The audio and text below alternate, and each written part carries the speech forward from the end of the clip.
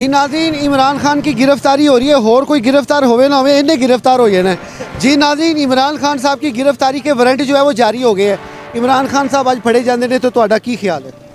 फड़े जाएंगे फड़े जान चंगा सगों चंगा नहीं तो ਤੁਸੀਂ ਕੀ ਸਮਝਦੇ ਹੋ ਕਿ इमरान खान ਦੇ ਉੱਤੇ ਜਿਹੜਾ ਕੇਸ ਬਣਿਆ ਸਹੀ ਬਣਿਆ ਨਾਜਾਇਜ਼ गलत ਬਣਿਆ? बना है, बहुत गलत बना है। गलत केस बना है। हम इंशाल्लाह या में ਤੂੰ ਕਿਉਂ ਫੜਵਾਉਣ ਦੇ ਚੱਕਰ 'ਚ ਹੈਗਾ ਉਹਨਾਂ ਨੂੰ? मैं ऐसे ही साथ आए, मैंने मजाक कर रहा है नहीं साथ आया तो बात तो सही करो ना। नहीं मैं मजाक तो नहीं कर रहा। हाँ पकड़े जाए वो। पकड़े गए हैं।